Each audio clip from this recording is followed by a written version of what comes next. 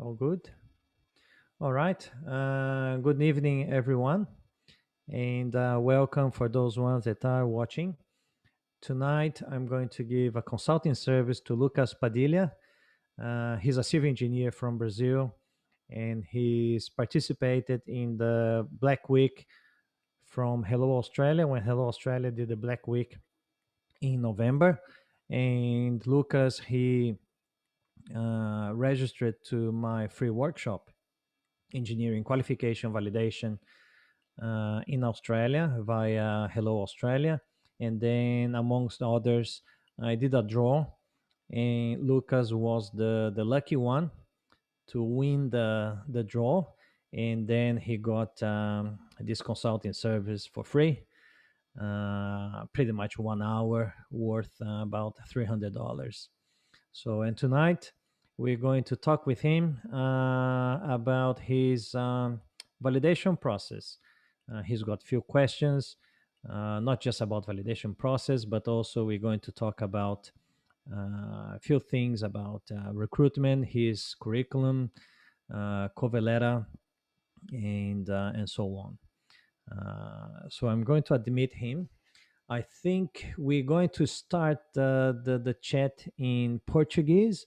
Those ones in I've got some people in Instagram. Are you guys from Instagram? Are you guys from Brazil? Are you guys from another place? So I know. So depending on the language that you guys talk, perhaps we need to talk in English. But I think that we'll have a look. And you could be asking yourself, well, if the consulting service is going to be with Lucas, why should I watch this video? Why should I watch this live session? And the answer is very simple. Lucas, he's putting together his CDR application, Competency Demonstration Report, and he's got a lot of questions. And I spoke with him already, and I can tell you, majority of those questions, they will be your question. So even though I'm going to have a chat with Lucas and answer his questions, I am 100% sure that his questions can be your questions. If you haven't started yet your validation process, obviously you don't probably have a question, so it's useful for you anyway. But if you have started already your validation process and you potentially could be a little bit stuck, it means that you cannot really go forward, you cannot really go backward. It's because you probably have some questions, and Lucas' questions can help you. So I'll get Lucas into our meeting. Yeah, Bruno is in Brazil, which is good. Yeah, yeah. And bem-vindo, Lucas. Lucas está conectando ainda no áudio. Yeah, yeah, it's getting good. Still connecting. Ainda está conectando ali. No Facebook. Beleza. Sempre tem um delay. Sempre tem um delay aqui no Facebook ou no Instagram, mas esse delay ele acontece só quando a gente está aqui ao vivo e eu vejo ali, eu acompanho no meu outro monitor como é que estão as coisas no Facebook e no Instagram, mas vocês aí não vai ter delay nenhum. Quando chega o delay, chega o vídeo com atraso e o áudio com atraso também. Lucas, acho que você ainda está no mudo ali. Eu consigo ver beleza, agora acho que deu.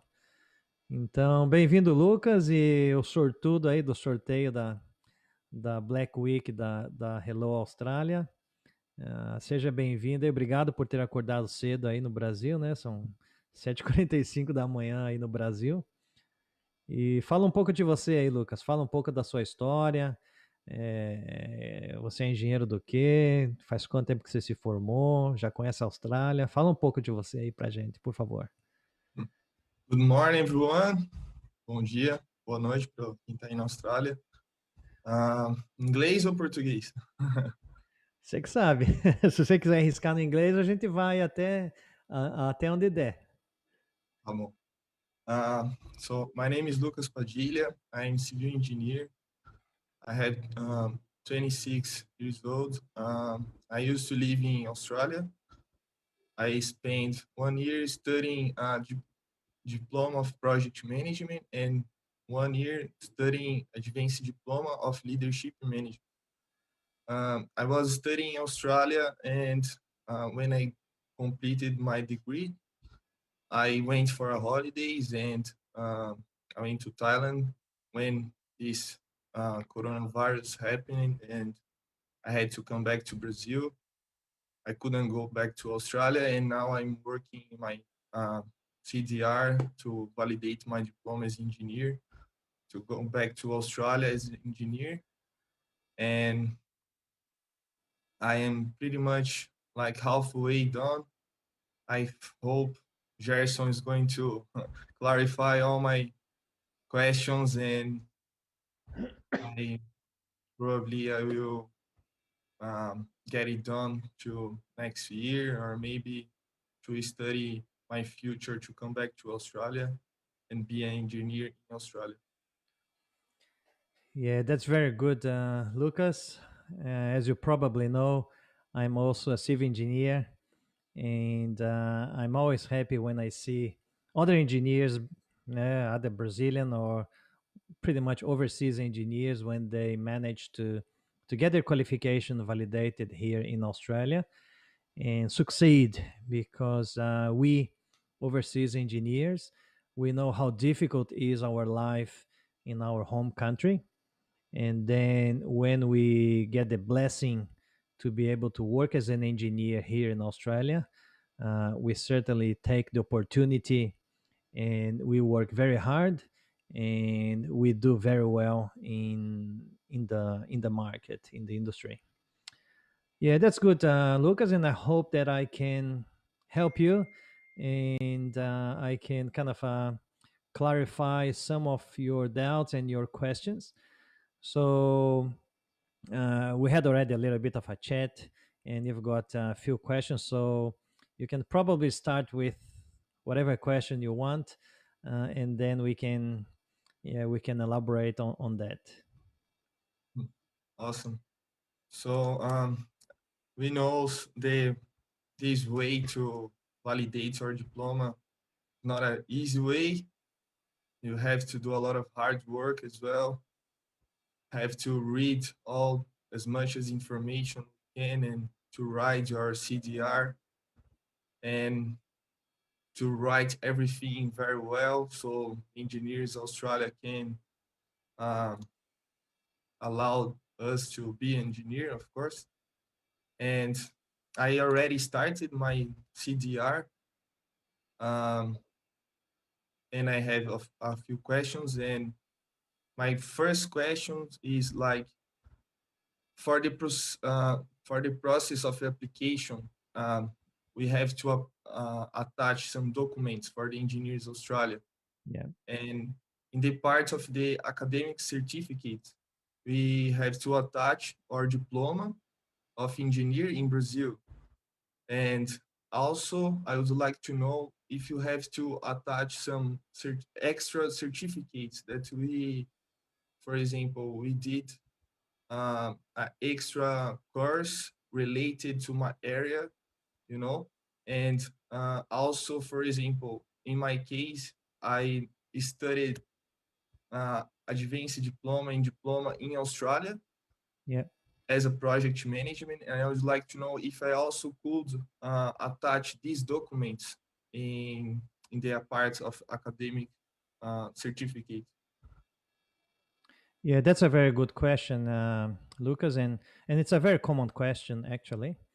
So when you gotta pay attention that step number 3 in the CDR application, your competency demonstration report, step number 3 is about your academic documentation. So obviously, when you graduated as a bachelor in civil engineering, for example, you have your certificate for your bachelor degree. So certainly you gotta provide your certificate, or in Brazil we say diploma, and obviously translate that by an authorized translator. And then the extracurricular certificates that you may have. For example, if you did a graduate diploma, a graduate certificate, a post graduation course after you graduated, step number three, they talk about for you to attach your bachelor degree and any other relevant academic documentation.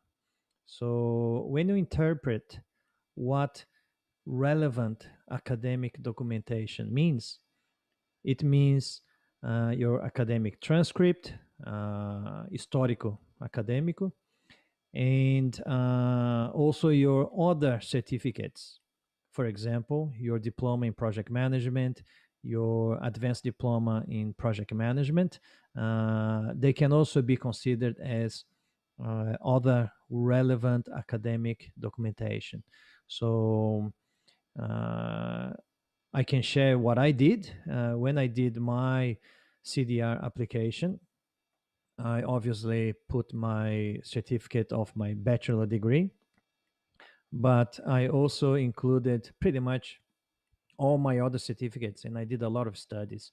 I did studies. I don't know. I think at that time, I think I did about 3 or 4 post graduation courses, and I attached all of them. It's important. The important message is that you are trying to sell to Engineers Australia your competency as an engineer, and professional development is always going to be always a plus to your professional competency. So Engineers Australia is very aware that those professionals that they keep developing themselves, they are always concerned about being a good professional. The professionals that they do not do professional development, Engineers Australia, they don't really see with good eyes. So, does it make a lot of difference? Perhaps not in terms of the content to address your competencies, but it does make a difference to the Engineers Australia assessor when he or she is evaluating you as a professional. Because imagine the following situation: the assessor, he or she, has one engineer that hasn't done much professional development, and there's another engineer that has done lots of professional development. The impression that this engineer is going to pass to the assessor is one impression, maybe not a good impression, but the impression that this other engineer is going to give to the assessor, because this professional did a lot of professional development, the assessor is going to have a good impression about this professional. And the good impression, it does make difference in the assessment. So I certainly would translate those certificates, those ones that you did in Brazil. Obviously, those ones here in Australia, they're already in English, so you don't need to translate. But I would certainly attach and include in your CDR application. And Awesome. if they can be included in your CPD, in your continuing professional development, yeah, certainly they can. Um Pretty much all the learning events that you did after your graduation, you can all include those in your CPD. And just and it doesn't need to be just courses, doesn't need to be just diplomas or advanced diplomas or post-graduation courses. Learning events, it's much more than the formal education. It can be the informal education, like reading technical magazines and reading technical specifications, articles, participation in workshops, seminars, conferences, technical visits, technical inspections, site visits that you did and you learned something. All of those learning events after you graduated, they all can be used in your CPD. Only after the conclusion of the degree. Only after, yeah, because yeah, CPD stands for Continuing Professional Development. In Engineers Australia, they consider that you become a professional after you graduated. So a lot of people, a lot of engineers, they, especially those ones that they are already, for example, technicians, and then they're already technicians, and then they keep studying to become an engineer. And in the meantime, they do a lot of courses while they were technicians, and then they ask, oh, can I use this event as part of my CPD for a professional engineer? And the simple answer is no, because you've done the event before your graduation. Unless you are applying for as a technician. If you're applying as a technician, then you can use it. But if you're applying as a professional engineer, in the category of professional engineer, then you can just use your CPD after you graduated. Awesome. Thank you for the first question. That's all right. uh, my second question is, so when we going to write our CDR, we start from a project that you made, academic project, or maybe professional experience Yep. that we did work in the area or something related to our area to write our CDR, right? Yes.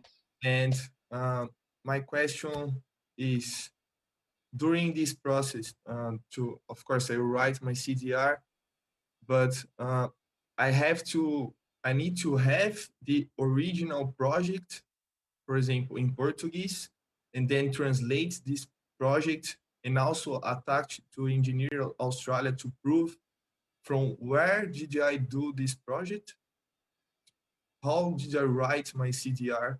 Yeah. Understand that. Yeah. Yeah, that's also a very common question.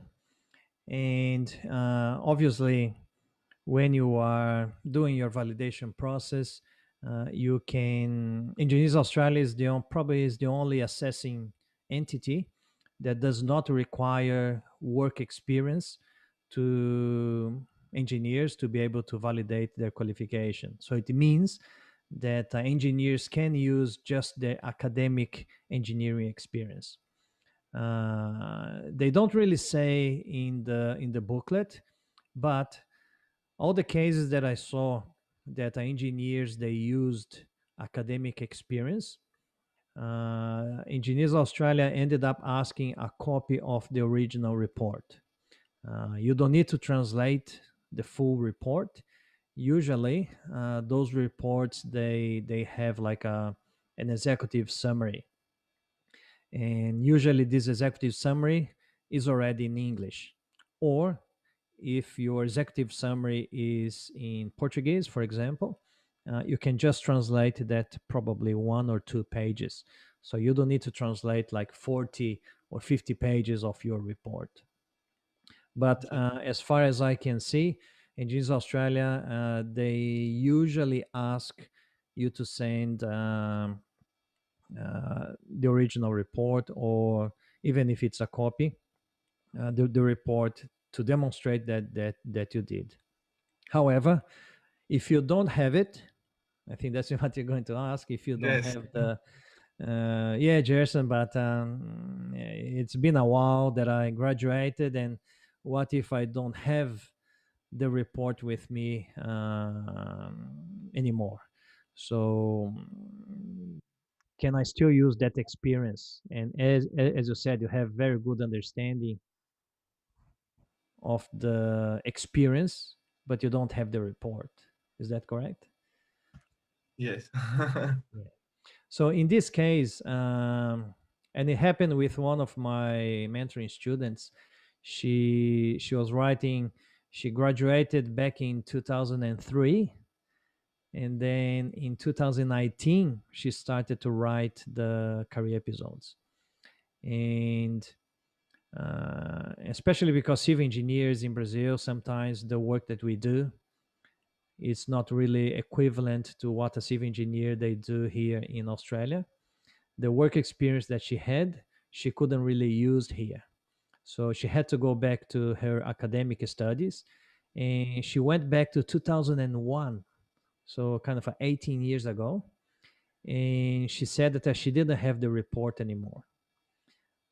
So I suggested her to do the following. Well, if you remember everything that you did, you can write about the report or the assignment. And she was doing about soil mechanics. She was writing about expensive soils, etc., etc. So she wrote the full career episode on the project that she remembered. And then what I suggested her was to contact the university and talk to the professor, or if the professor wasn't there, to talk with the course coordinator and explain the situation. Hey, yeah, I'm Jerson. I'm trying to validate my qualification in Australia. I need to write my report. I remember that in this subject, I did this assignment. I remember everything that I did, but unfortunately, I don't have the copy of the report. And if the university doesn't have as well, what you can offer is, I would like to know if the university is willing to perhaps give me a letter. I can send what I wrote. You guys can have a look. And then, if you guys could provide me with a letter saying that the report that I wrote is accurate with what the subject is about, and etc., etc., etc. So she did that. She wrote the full career episode. She spoke with the university. She spoke with the professor. She sent the career episode that she wrote. And then the professor wrote back a letter saying that, yes, she was our student. She did this subject in this year. Her grade was this, according to the academic uh, history. And the events that she wrote in the report, they very accurate. They they are what she did as part of the subject, so she managed to pass the subject. So the university provided her the letter as like a reference letter, and she sent that to Engineers Australia, and Engineers Australia accepted. So it can be done if you don't really have the copy of the report. So that's what I suggested to her. It worked for her. I don't know, maybe the assessor, I don't know if this is something normal that assessors they will consider, but it worked for her. Can possibly work for you as well. Yeah, great way to find a solution, because somehow sometimes it can happen with anyone. You can lose your report Yes. academically, Yeah. or and you don't know what to do anymore, because sometimes was the only way to do your CDR, and then you don't have your reference anymore. But if you can go to the university, um, ask for a letter or something that Yeah. proof, it's great. My Yeah, third question. the only thing though is that perhaps you will need to send them. You need to write your career episode first and then send to them so they can obviously read what you wrote, and then they can compare with what the subject is about, and then they can give you a letter then. Yeah. Okay, but I can also apply my CDR without uh, giving them this report, and then if they request for me, and then I Yes, can. you can. Yeah, Yeah. yeah, yeah. I I usually suggest you to, and I suggest engineers to submit with everything, because every time that, because the objective really is for you to get the positive assessment at the first time. Yeah. So if they send you a feedback saying that you need to redo something or provide more information, etc., when you do that, there's always that extra level of attention that Engineers Australia will have. So if you can provide beforehand, it's probably better. But you can provide and apply without the evidences. Uh, if they require you, for example, a copy of the report or a letter, they will give you at least 30 days for you to provide a response. Awesome. Uh, my third question is, I think everyone that likes trying to start writing the CDR also have this question because uh, for who doesn't have a good level of English, and wants to start writing your CDR, of course, you're gonna learn a lot of uh, technically words to write your CDR while we are also learning and reviewing everything to write your CDR. But let's say I did the IELTS or PTI test and I got like 50 points. Yeah. Okay, I passed, but my level of English is not that good enough.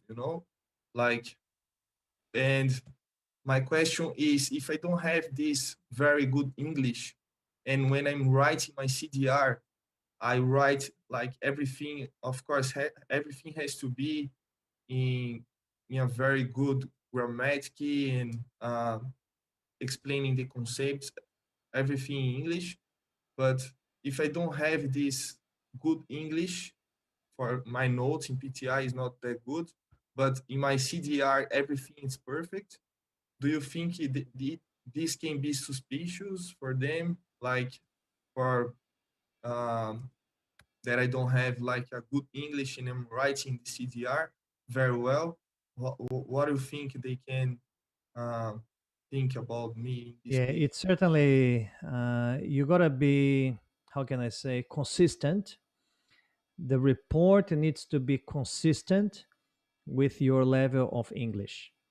Let's say, for example, 50 in PTE is roughly equivalent to a 6 in IELTS, which is the minimum score for the English exam for you to be able to apply for the validation. But 50 in the PTE or 6 in IELTS, it gives you the level of proficient. So, and proficient means that obviously you can write, read, and have good understanding, and you can write a good essay, etc.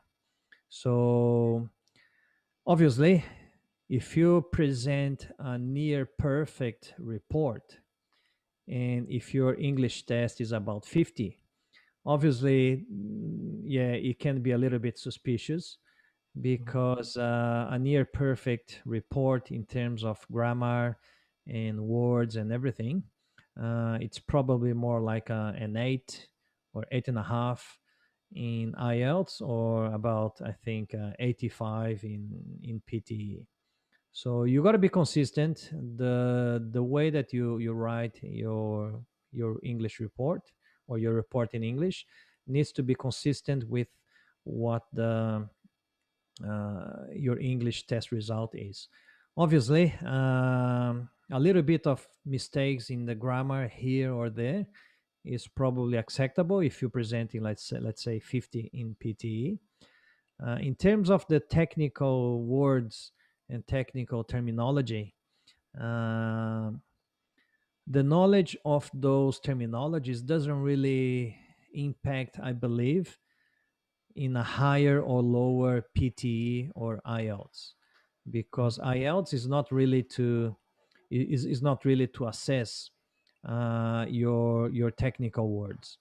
So, and because you can get your technical terminologies when you read technical specifications and technical articles, and that's where you learn technical terminologies. But yeah, certainly, I don't recommend and I don't suggest people to get your report reviewed by a translator or somebody that has a really good English, because it can be suspicious. Yeah. Okay. Because we have a lot of research today, we can always make sure we have a good standard of English with the internet, and if you also make sure we have CDR 100% very good in English, uh, mm, that was my question. Maybe that can be a bit suspicious.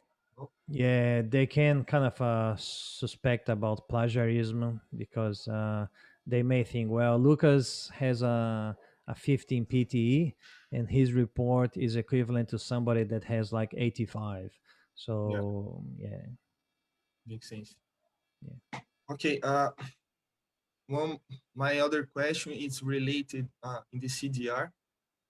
Uh, when we include pictures or we include um, captions or project details or anything uh, like a picture from your project, your report academic, and that you want to mention in your CDR.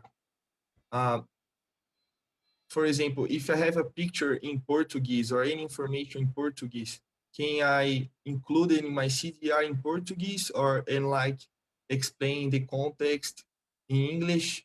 What is that about? Or better not include any information in Portuguese in my CDR? Well, if your career episode, if it's, for example, it's based on an academic report. Yes. Sorry, it's getting some feedback here. Um,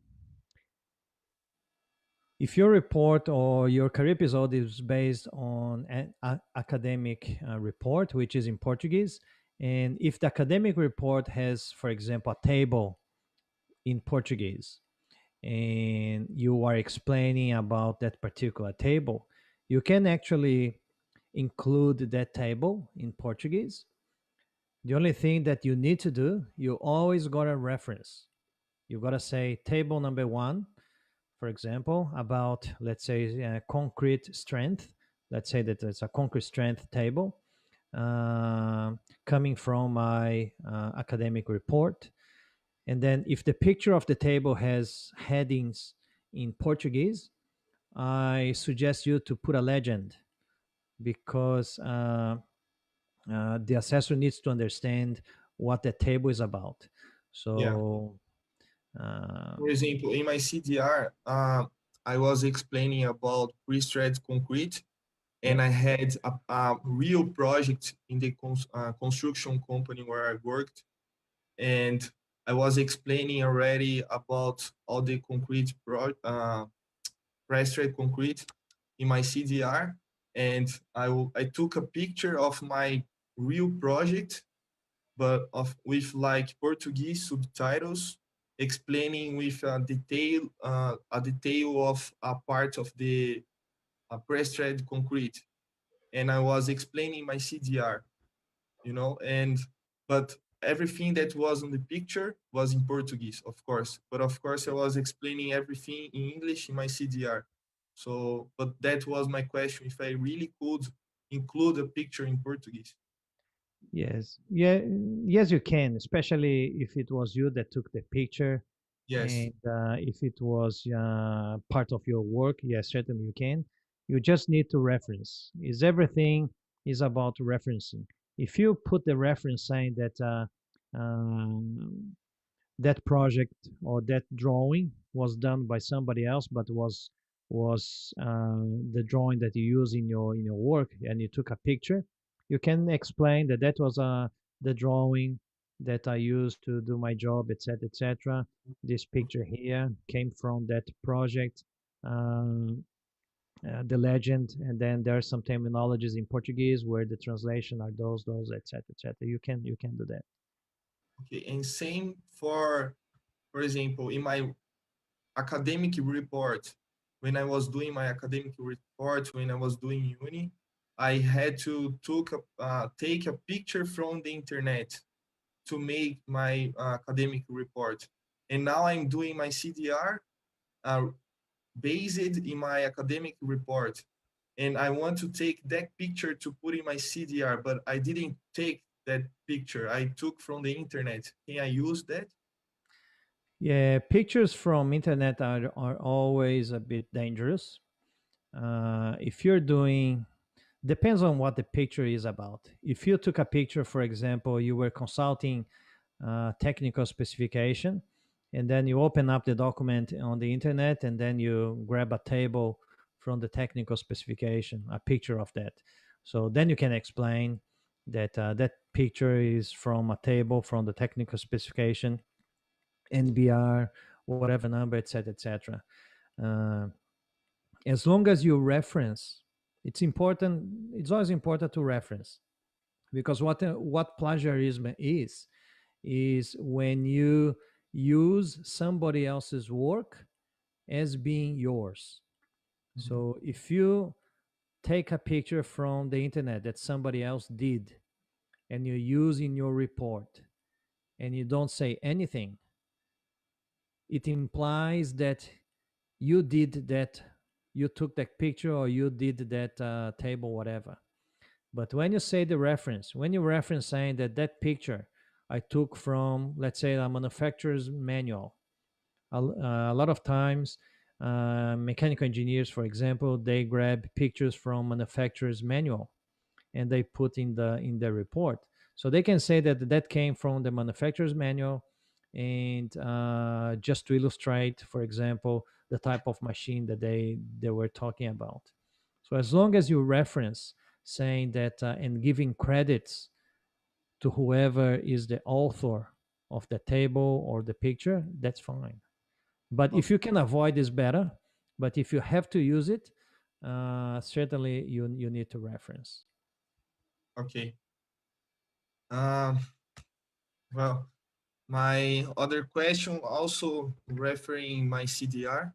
Uh, so during the development of the CDR, we must create a chart about the hierarchy of the company or the university uh, that takes me the role and in the context, right? So I would like to know when I create this chart, I have to just include the position of the only the position of the person or also the name of the person or both or how it works.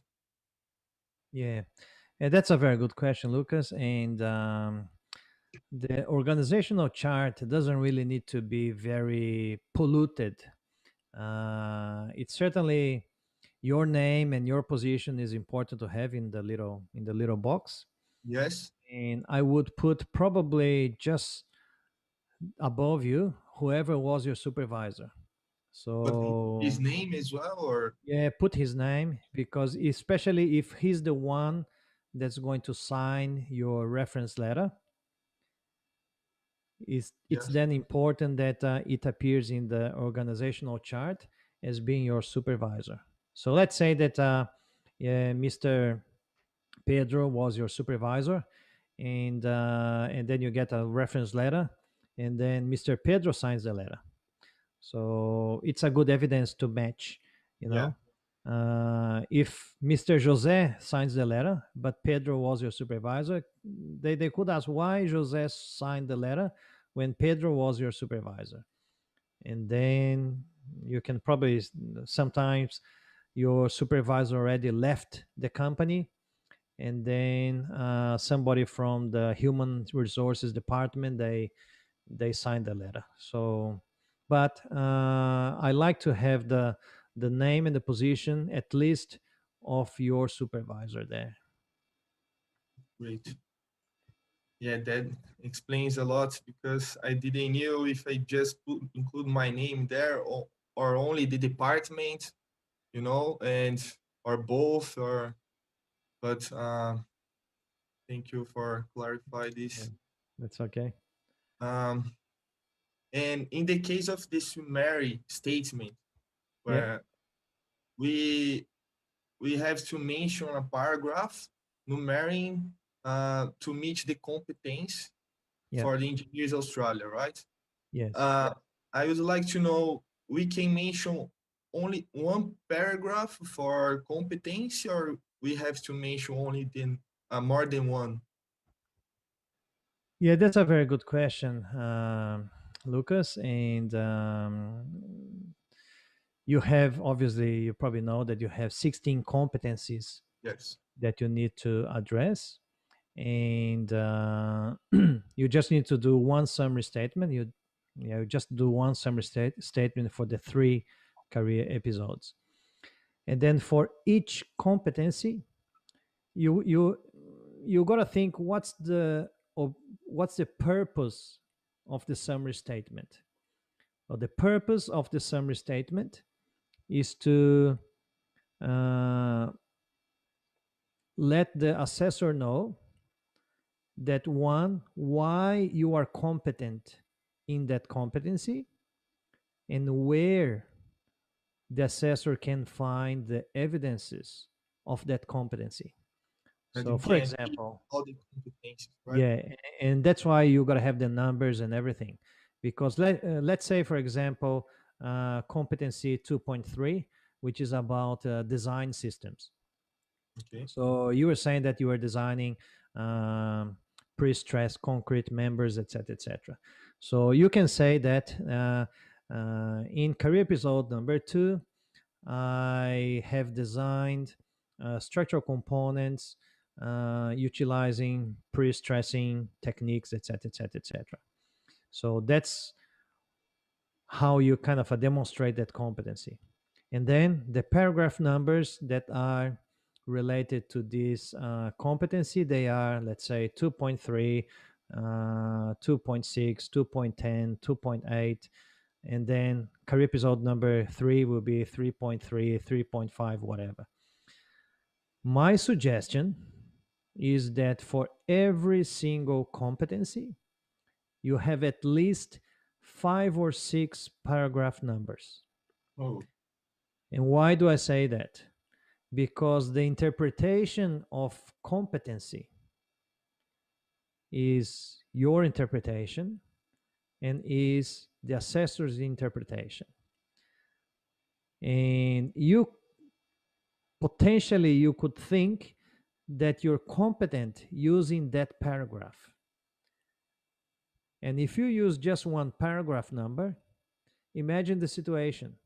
What if the assessor reads that paragraph and he or she thinks, nah, that's not related to that competency? And then cross that out. And then because you had just one paragraph, if he or she crossed that paragraph out, you have then 0 paragraphs, which yeah. means that you're not addressing that competency. So my suggestion always is for you to uh, obviously depends how you write your report and everything and your experience, but if you could address a number, at least 5 or 6 paragraph numbers for each competency, the Engineers Australia assessor can eliminate, for example, 1, 2, 3 paragraphs, and you still have another 2 or 3 paragraphs that he or she could be happy with.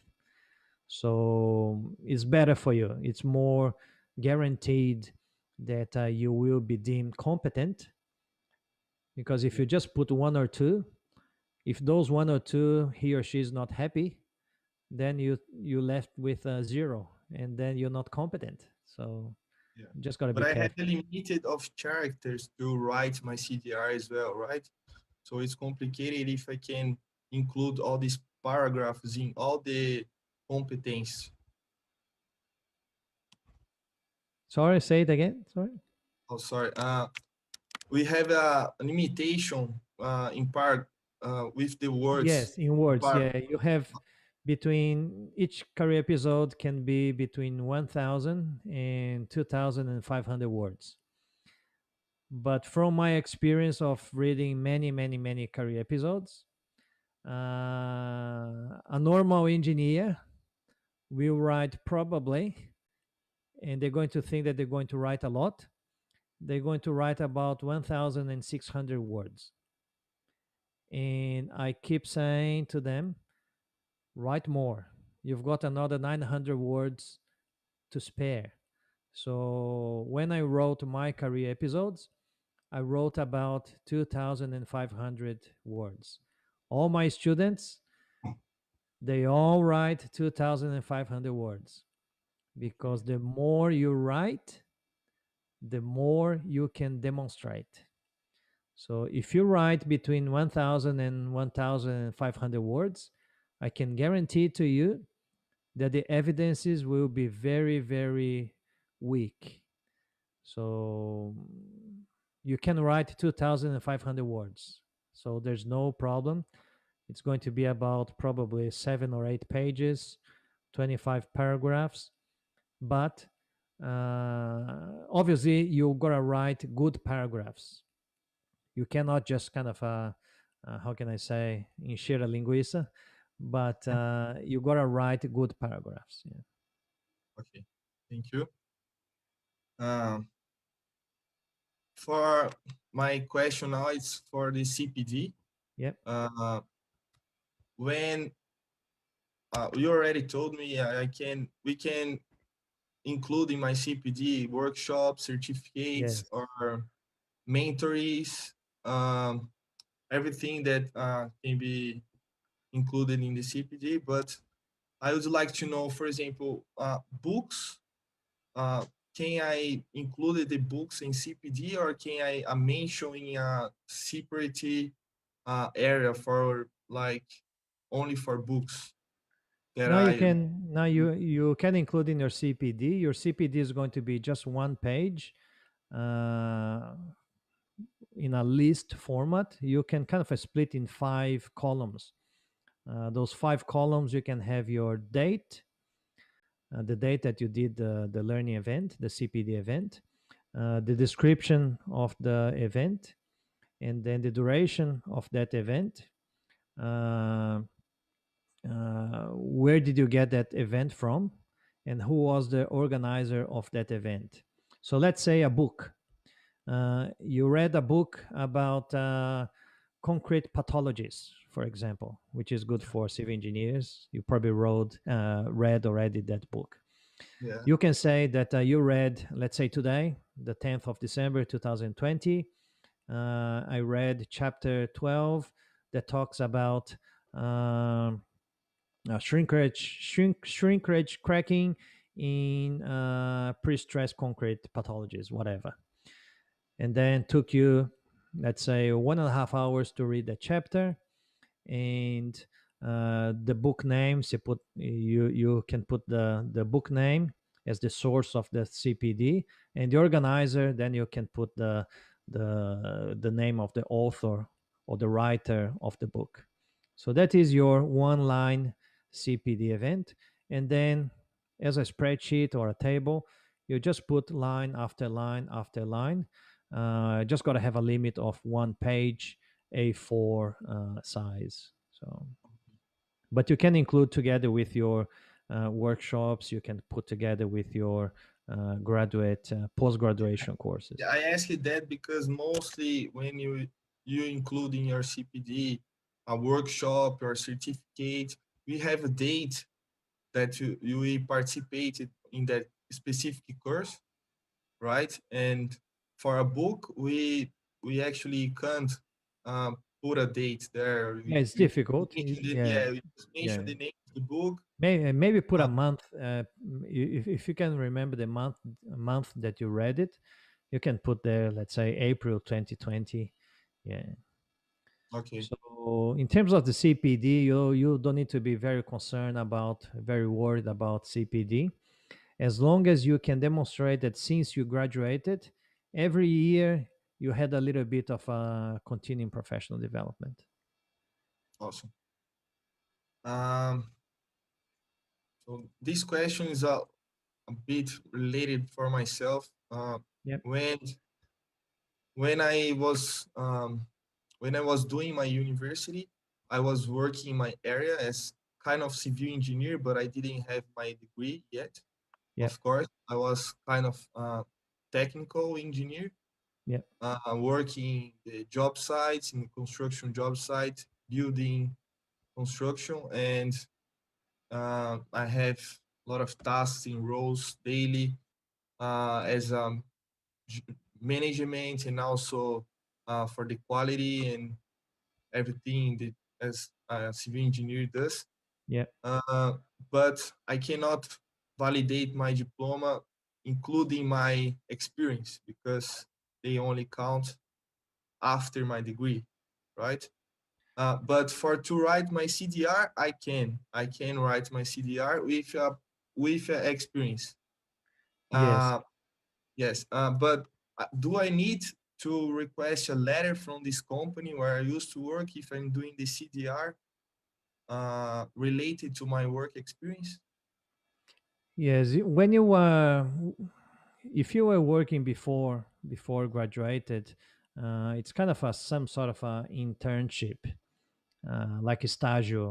Yes, but in my Yeah. case, it wasn't a estágio. I was Was a proper registered. employment.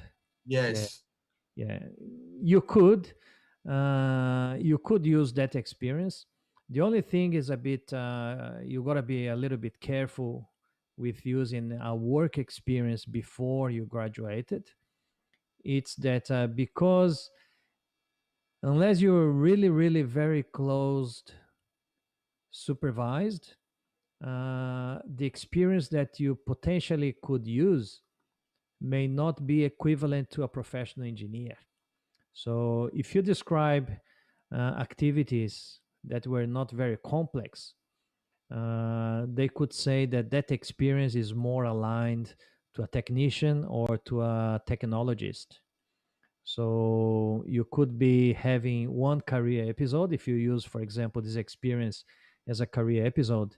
They could come back to you saying that this experience, unfortunately, does not match with the professional engineer level. So they could ask you to rewrite at the level of a professional engineer. So very, very difficult for you to before graduated, and you can't really say that you design things, etc., because you are not a graduated engineer. They could say, well, that's against the code of ethics because you were doing a job of an engineer without being an engineer.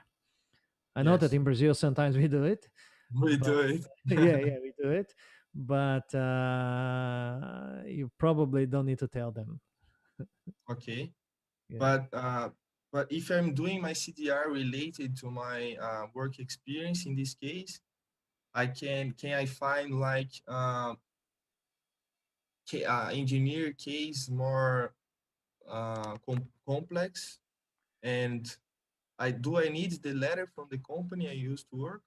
Yeah, every work experience that you use, it needs to come with a reference letter, unfortunately.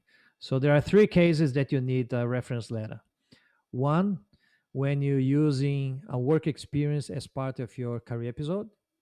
If you're using work experience, you gotta have a reference letter. If you put in your resume that you worked more than 12 months as an engineer, you gotta have your reference letter. And the third case is if you are applying for the Relevant Skilled Employment Assessment, RSEA, you got to have your reference letter.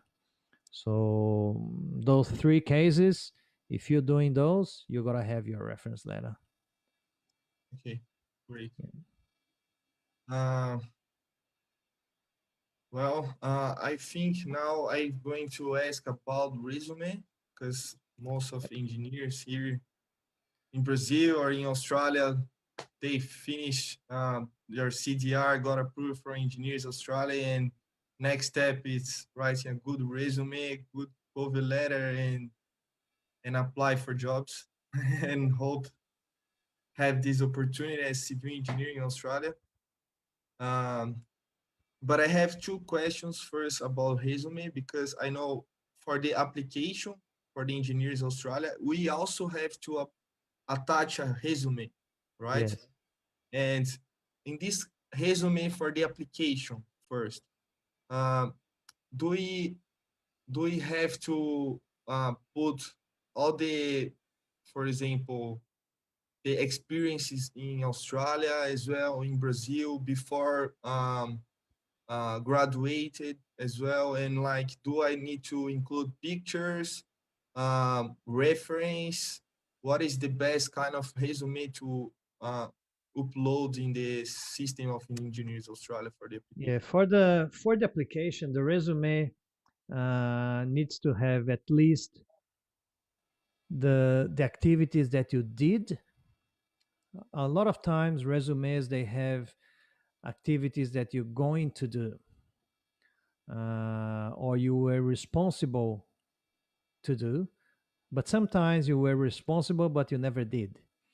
But for the application, it's important to again understand that the objective of your application is to demonstrate that you are competent in what you say that you did. So your resume needs to have the things that you did that will support, for example, your career episodes. If you know already what you're going to write in your career episodes, and if that experience is part of a company that you worked and it's going to be in your resume, put in your resume activities that are related to what you're going to write in your career episode, because then it's kind of is linked between the resume and the career episode and the reference letter. So all the three documents, they are then very related and very linked. So just got to be careful. Whatever you write in there is got to be relevant to what you're going to write in your career episode. But it's important to have the things that you did, the results that you achieved, and if you remember the name of the project or projects that you worked, perhaps just put a reference in your resume, because then when you're going to talk about those projects in your career episode, they are already linked between the resume and the career episode. Awesome.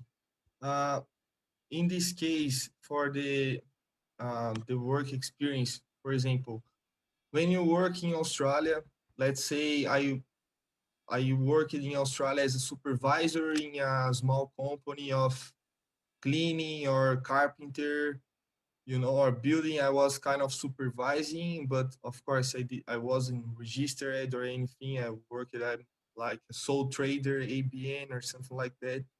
And um, should I include in my resume this work experience in Australia for a short term, even if it's not too much related to my area, but it was a kind of management, or supervising stuff? Or what do you reckon? Yeah, the engineers Australia, they require in your resume, since you graduated, you gotta have all periods until the date of your application.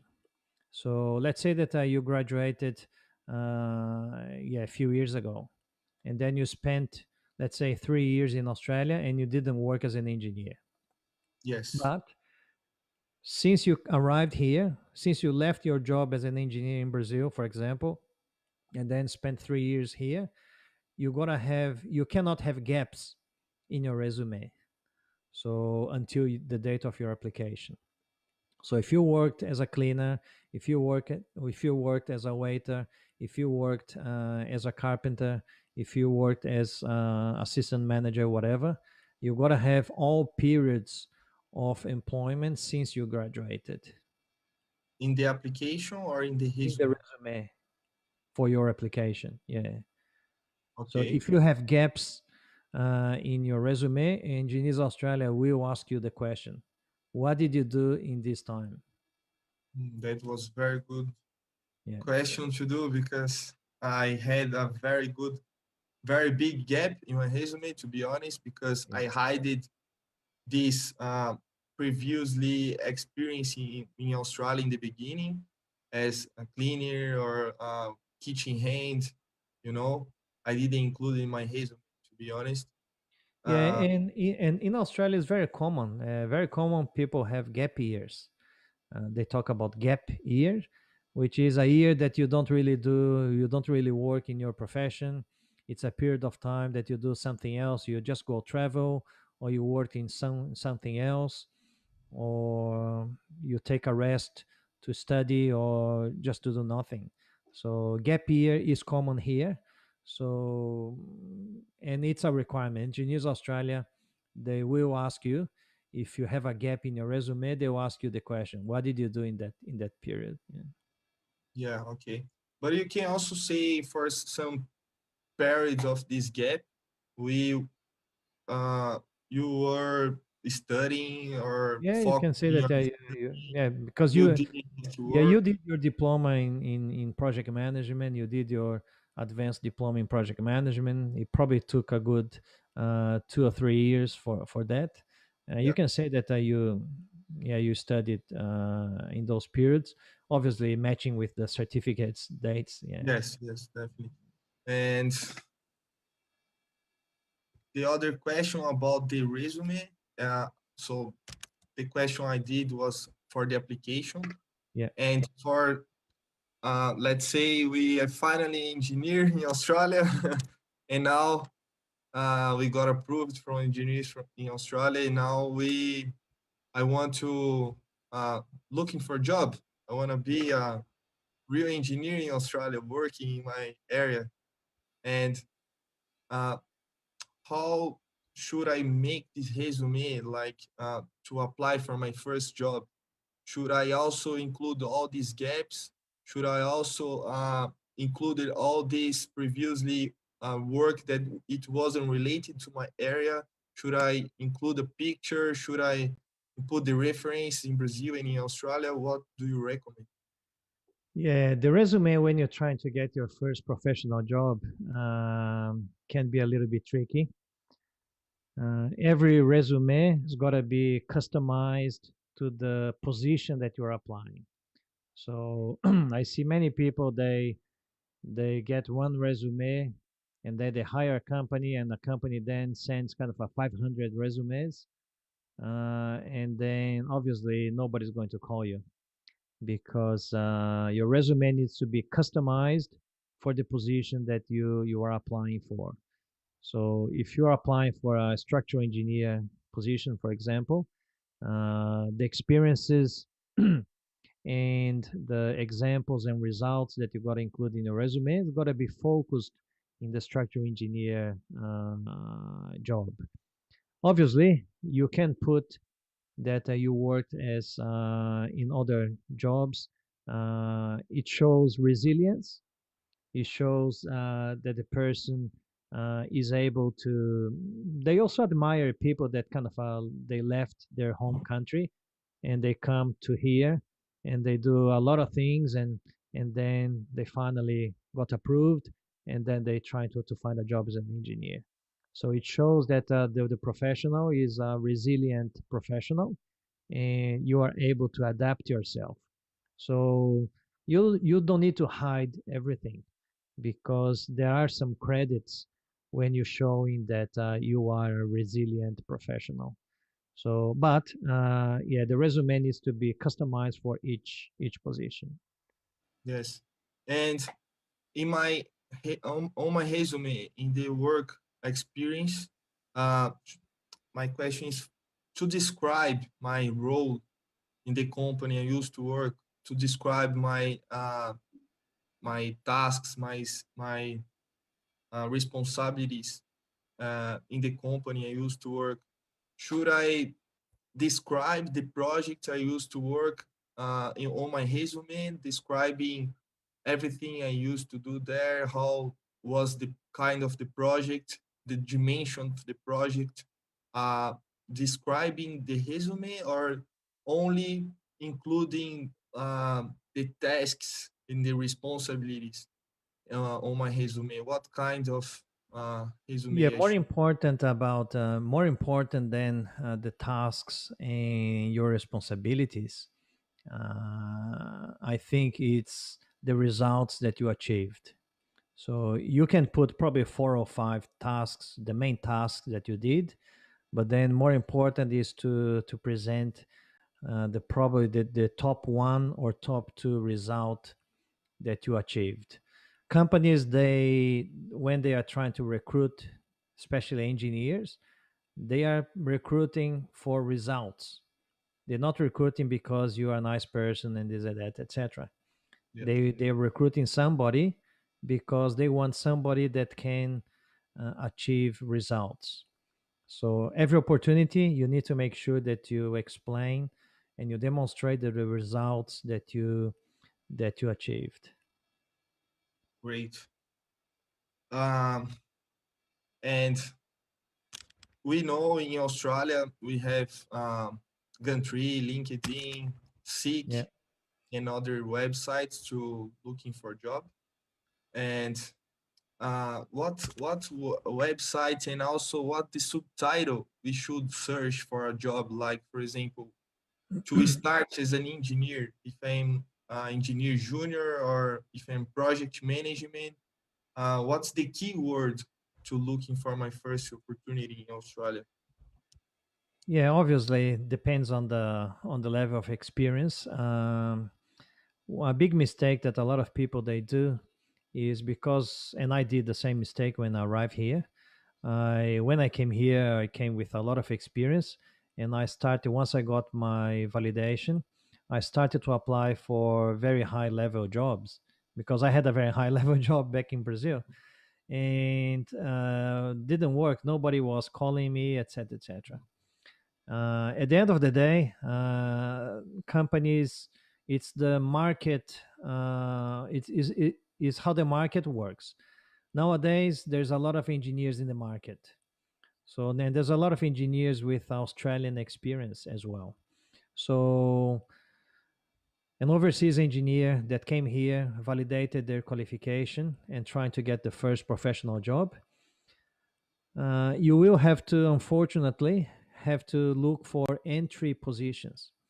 And entry positions is graduate engineers. Sometimes not even as an engineer. Sometimes as a drafts person. Sometimes as an assistant engineer. Sometimes as an assistant project manager. So at least you can get your foot in the door, Yes. and then once you are in the company, people will know that you are a qualified engineer, that you have that experience. You will get to know more job opportunities within the company. So also, if especially if you're coming here as an international student, a lot of mistakes that people they do, they apply for full-time permanent positions, and you'll never get it because as an international student, one, you have a temporary visa. Your visa is temporary as a Yes. student, and also you can just work 20 hours a week, so it's part-time. So when you apply for a full-time permanent position, you never get it because You're not companies they spend, reliable. and companies they spend between 15 and $25,000 to recruit somebody. If they're spending that much of money, they're not going to recruit somebody that cannot be permanent Yeah. because so you need to apply for temporary positions and part-time positions.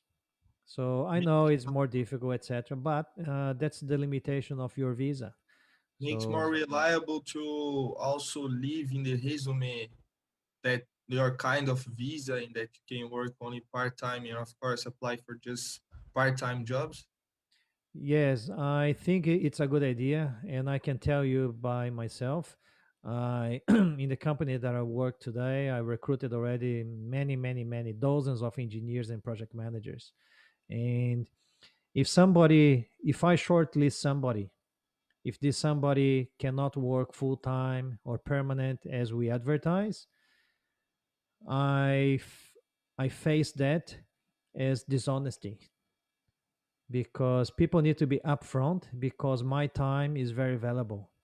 And when I assess 50 applications, if you cannot work full time, if you cannot work permanently, and if you're applying for a job where it clearly says that it's a full time permanent, you're trying to kind of mislead the panel, and that's not a good attitude. So to No. me, if Uh, somebody gets that to me, even if it that does make the short list, I will find out that you cannot work permanently, you cannot work full time. And certainly, those people, they're not the best, and they're not the only professional available in the market. So if they were the only professional in the market, they potentially even could do that. But no, there's plenty more.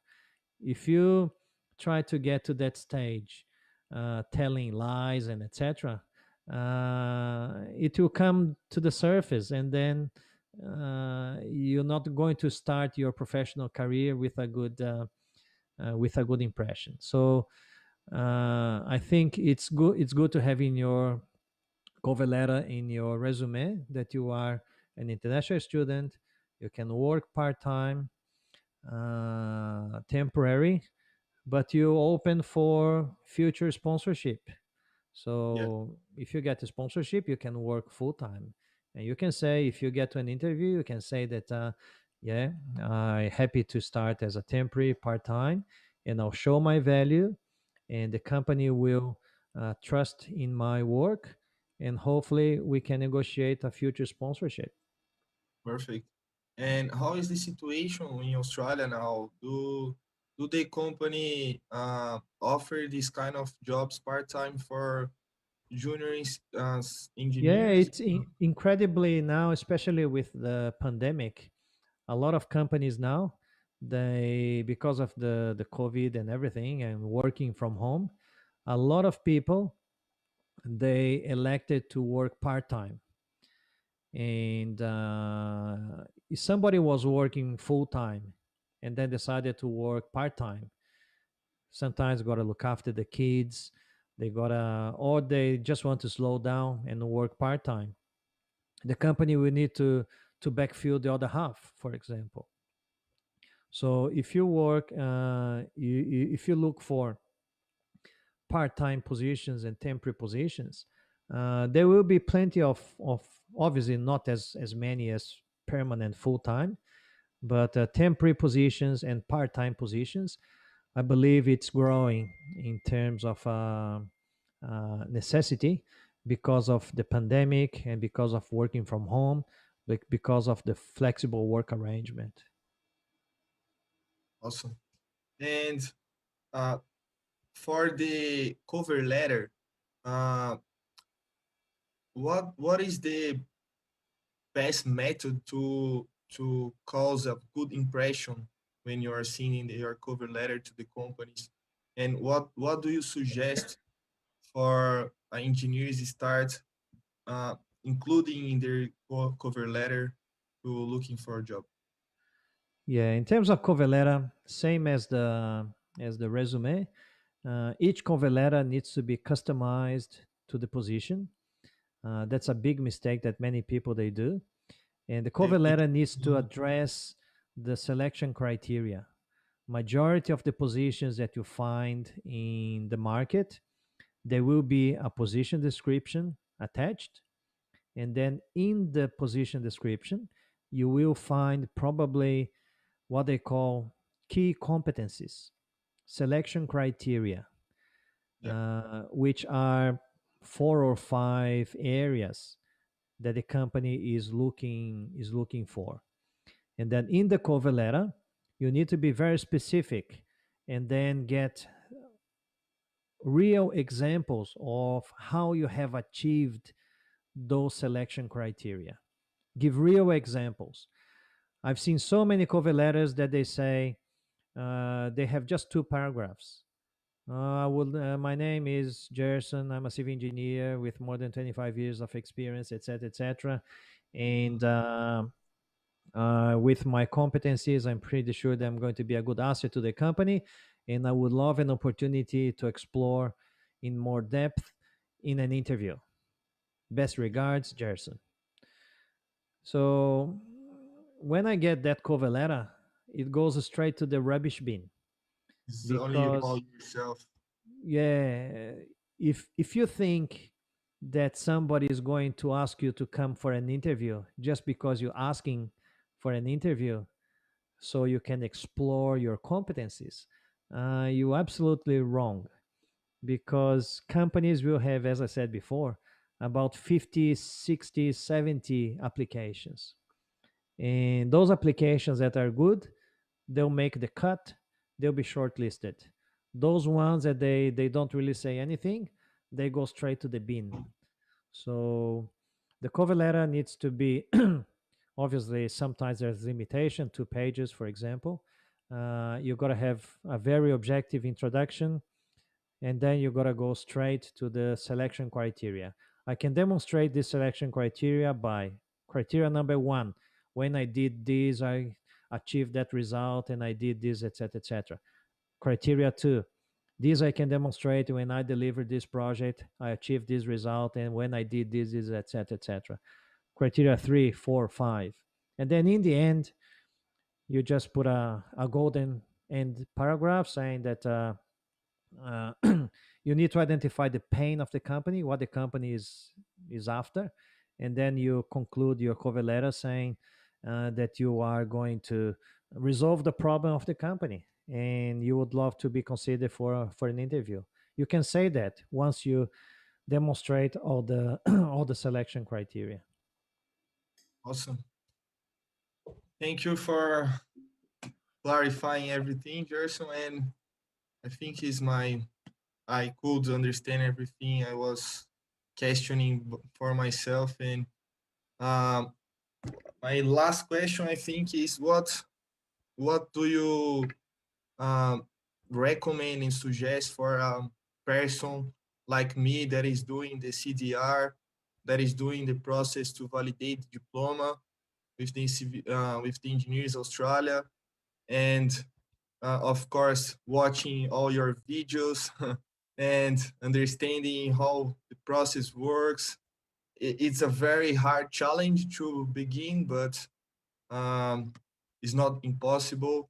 We know that everyone can achieve this goal. And what do you suggest? What can we do to be persistent, to still pushing to get what we want to be an engineer in Australia? Well, I think first, first, Lucas, I'm just going to find something here, just to motivate you guys. Well, first of all, I think what you guys got to do is just to believe in yourself. Believe in yourself that you can do it. If I did it, you guys can do it. Yes, you say you're right. The process is not easy. The process is actually simple. It's a 6 step. Step by step, you follow the steps, you will get there. But unfortunately, it's not easy because you gotta write a report, you gotta organize documents, you gotta do your English test. But in the end, is very, very rewarding. When you become an engineer here in Australia, the workplaces they provide very good environments, and I'm going to just it's a I think it's a 20-second, 34-second message that I got from one of my students, and just feel the emotion. And every time that I hear this message, it motivates me to keep going, to help guys like you, to help like I help her, and I help many many many others. Just have a listen to this. Gerson, eles responderam. Eu tô chorando de alegria aqui. Eles aprovaram meu diploma, graças a Deus, a minha validação, e aprovaram meus 2 anos de Austrália, mais 6 anos no Brasil. Meu Deus do céu, não tô aguentando de felicidade. Ai, meu Deus, obrigada, obrigada, obrigada. Eu não tenho nem como te agradecer. Nossa, muito obrigada. Gerson, você não sabe o quanto que você me ajudou. Depois eu vou até escrever um depoimento no Facebook te agradecendo, porque, nossa, muito obrigada, foi muito essencial, obrigada mesmo. Não deve ter sensação melhor. Wow. Well, I don't know if I was as happy as she was. She certainly was very, very Deve- happy. And she's also a civil engineer from Brazil. And she was one of my students of my mentoring as well. And when I get those sort of messages, it keeps me motivating and keeps encouraging you guys. So what you gotta do: be patient, be persistent, believe in yourself. Um Keep following me and watching my videos. A lot of people, they need a little bit more help. For those that need a little bit more help, I've got my online mentoring program that can guide you with more objectiveness for you to reach your objective quicker. All of you guys doing by yourself, but do guys need my mentoring? Majority not. I didn't. Took me a while, but some people, they don't need it. A lot of people, I get messages of people that they got validated without having my mentoring, just following my videos and information that I share and everything.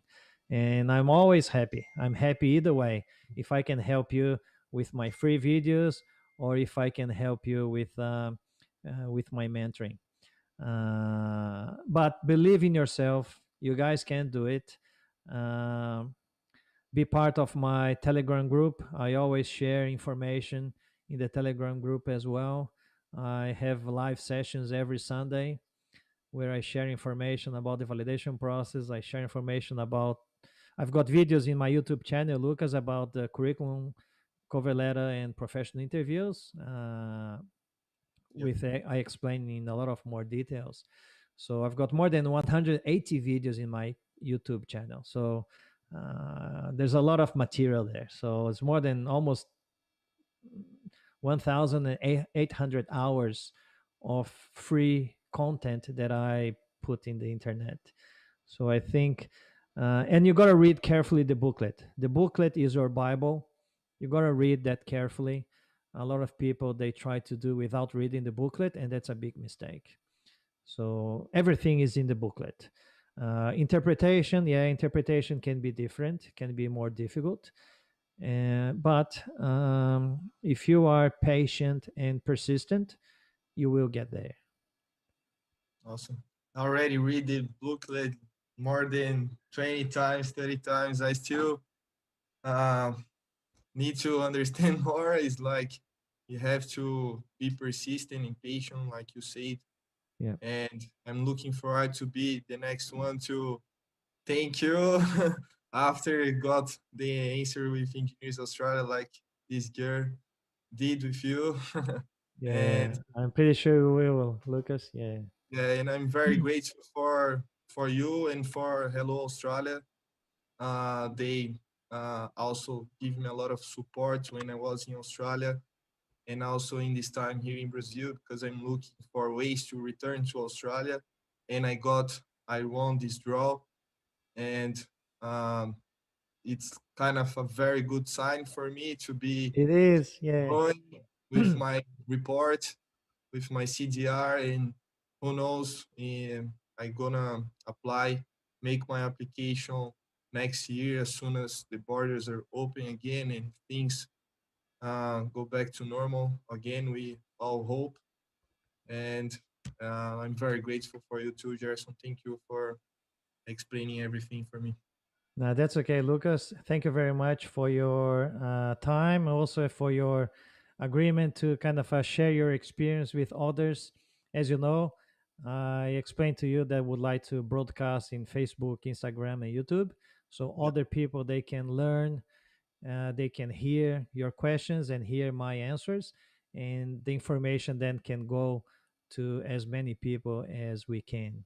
So thank you Yeah, very much for your time. let's go. I also sharing this video with some engineers friends. they also want to know how is the process to go to Australia, to try a life in Australia.